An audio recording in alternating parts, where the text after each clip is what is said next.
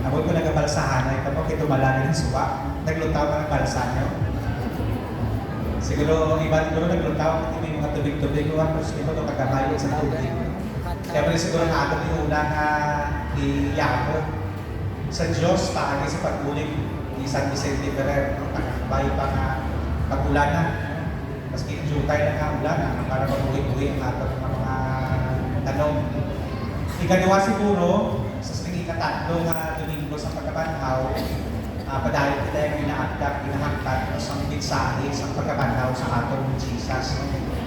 Sa account ni San Lucas, makita natin diri no ining duwa ka titunan nga nagapakadto pa Emmaus. No mga 12 ka kilometro ini halin sa Jerusalem sa nagapakadto sa dito pakuli. May tao na nagsunod sa ila nagubod sa pagkakataon no shortcut ni galing sa gospel ninyo. Nagubod sa ila, nagpabangkot, ano mo lang natabo sa Jerusalem nga ano lang kinagula ng katao sa sunod sa tatlong adlaw. Isling sa duwa ng katao, so ikaw lang siguro ang tao na wala nakahibalo sa natabo sa Jerusalem. Yan ang ganito ang tabuaw, nag-isay-isay sa siling tao sa duwa na nagpagkakataon nga wala si Jesus na patay.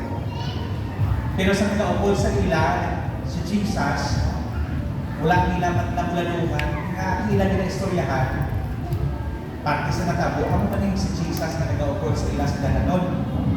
Hasta nga gihawira nila sa ilabalay no kay si Rona, dito pag nakilala nila si Jesus yan itong nag-aupod sa ila sa pagpabihak-bihak ni Jesus ang tinapay. Ang daan ng alat sa misa o sa Eucharistia, pagpabihak-bihak sa tinapay. Ano na ang daan ng alat?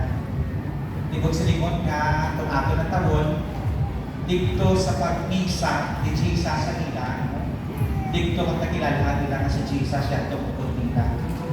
Kaya mo na siguro unang punto kasarang nato mga paladuhan sa saling pagsaulog ninyo sa kapistahan namin pinagpaninsa kita. Kaya ang misa sa kasaling na nato sa Evangelio, dito nila nakilala si Jesus.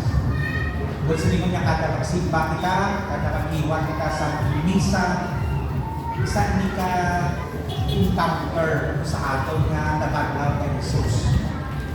Nagkabay pa ang man ni ang aton eksperyensyahan. Kaya ang isa mo ini ang